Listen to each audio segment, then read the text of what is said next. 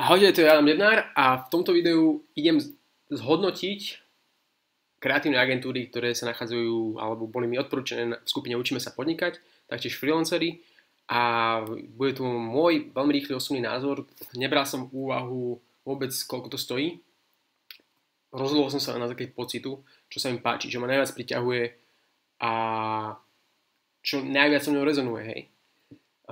Pre každého to môže byť úplne niečo iné, takže berte to s rezervou, to čo budem hovoriť. Takže môžeme sa pustiť, aby to bolo rýchle, aby to malo nejaký spád. Tak mám tu prvú nejakú agentúru, volá sa Danes Creative Elements.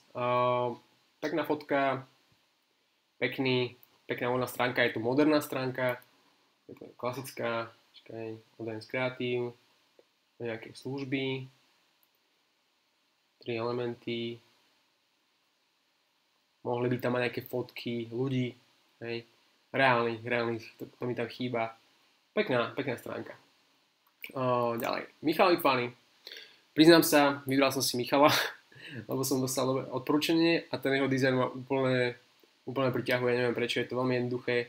Som už napísal e-mail, poslal mi jeho práce a čo sa týka dizajnu, zdal sa mi ten dizajn najkomplexnejší. Ale je to len môj osobný názor. Takže už hneď v druhom videu viete, koho som si vybral, ale môžeme ďalej pokračovať. Toto máme bdesign.cz, sú tu referencie, čo ma najviac zaujalo, aj od môjho kamoša Martina Alinku. Je to sympatická stránka, trocha starší dizajn a určite asi aj predáva, keďže už ho majú asi niekoľko rokov. Majú i knihu, marketing, ako má byť, ale proste nerezonuje so mňou ten text, nerezonuje so mňou ten dizajn až tak veľmi, že proste až tak ma to veľmi nepriťahuje, tento štýl. Favor, tak toto ma úplne priťahlo, tá stránka, tá fotka je nádherná, tento logo ich je krásne, ale jediný problém, ktorý ma hneď na začiatku zarazil je, že neviem prečítať toto, čo to je vôbec napísané, čiže to je dosť podstatné, aby to človek vôbec vedel prečítať. Aby to nemusel hľadať, hej, alebo nejak si vyznačovať. No a inak celkovo toto na mňa veľmi pozitívne vplýva, táto fotka. Je to veľmi pekné, čiže je to moderná stránka. Hej, vyššia agentúra, vyššiu konverziu, vyššiu zisky. Online marketing. Ideme ďalej, máme tu Glass Design. Myslím si, že je veľmi pekná stránka.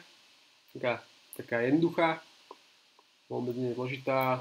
Nikoho neuráža, páči sa mi. Neviem, čo by som tu vytkol. Určite by som urobil inak. Ale neviem to hodnotiť.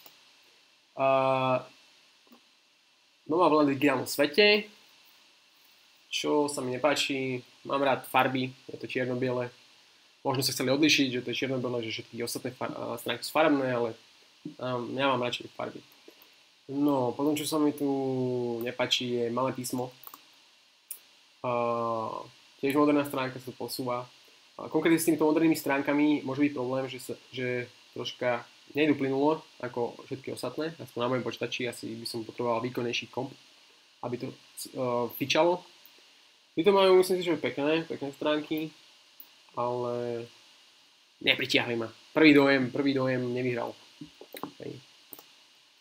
Webové riešenie na mieru je úplne podobná stránka, ale už aj s trochou farby. Tiež ten istý štýl. Možno by sa mohli tie stránky trocha odlíšiť, lebo už ten moderný dizajn vlastne už ho vidím skoro všade.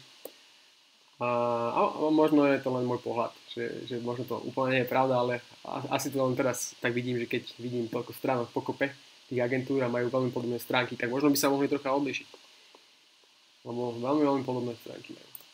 Div, len ďalšia kreatívna agentúra. Presne to, len ďalšia. Hej. Je to potvrdzené, že ten istý dizajn, alebo ten istý štýl. A asi im to funguje, keď to používajú. Čo sa mi tu nepáči, ten copywriting, len ďalšia kreatívna agentúra. Neviem, mňa to neoslovuje. Je to akože, vyzerá to, že to akože má byť vtip, ale neviem, ja by som si dal nejaké iné heslo.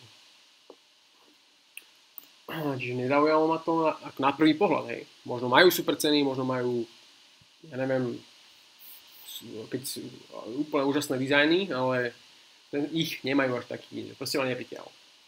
Kultúr považuje, hej. Tak, to je nejaký freelancer, ktorý mi to poslal. Fajn stránka. Taká, nie je to umelecké dielo, ale asi neuráža, je to nejaké vyhľadávanie. Len neviem, o čom je kultúr považuje. Čiže asi o kultúre. Kultúra považuje. Tieto texty pohyblivé nie sú bohojaké, lebo človek nevie, že proste o čom čo. Príde na stránku, no vlastne kultúr považuje, teraz viem. Ale že je ťažké niekedy rozoznať, že o čom je tá stránka, keď to tam preblikáva stále, človek sa nevie sústrediť na tie podstatné veci. Tieto veci by som vylúčil z tých stránok, tieto preklikávačky. Proste Academy, tiež vlastne tá preklikávačka, ale celkom pekný dizajn, taký moderný, taký iný troška. Fajn. Viditeľne inak. To robila agentúra Jaroslava Dodoka. Tiež podobný štýl, moderný, paralel efekt, či ako sa to volá. Páči sa mi, že je taká pozitívna, ako Jaro asi. Taká svieža, taká asi je to aj dané tú témou, viditeľne inak, ale tiež som tu, Outdoor Institute, proste viditeľne inak. Toto je prvých 3 sekundy, viditeľne inak. Som na stránke a absolútne neviem, o čom je tá stránka. Keď vidím toto, tak neviem, o čom to je. Čiže toto je asi taká najväčšia chyba, ktorú vidím na tejto stránke. Že prvé 3 sekundy neviem, o čom je táto stránka. Takže tak, vybral som si včera Michala Litvanyho. Dúfam, že to bude dobrá práca a dúfam, že si ho budeme vedieť dovoliť. No a potom mám možno niekedy postenú stránku, ako ju spravil. Takže teším sa. Dúfam, že sa vám to páčilo a možno niekedy na budúce spravím zase nejaké ďalšie video.